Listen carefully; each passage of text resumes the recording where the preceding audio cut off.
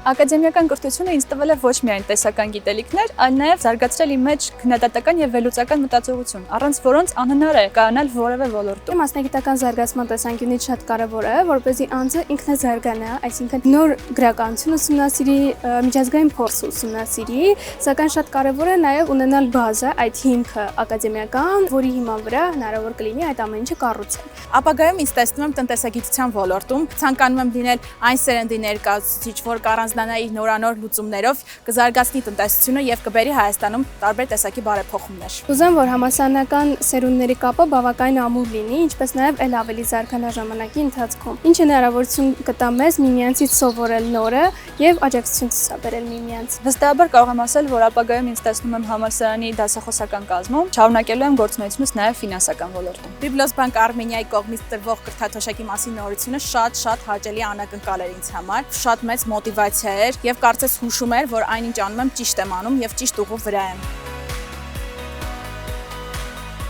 Շնորհավորում եմ բոլորիս, ուսանողների եւ երիտասարդության օրվա կապակցությամբ, մաղթում եմ նպատակասլացություն, անսպառ եռանդ, նոր ուժեր։ Ցանկանում եմ, որ ջանք ու եռանդ չխնայենք հետագա մասնագիտական զարգացման հարցում, որ միշտ հավատանք մեր ուժերին եւ չմոռանանք մեր երազանքները դարձնել նպատակ։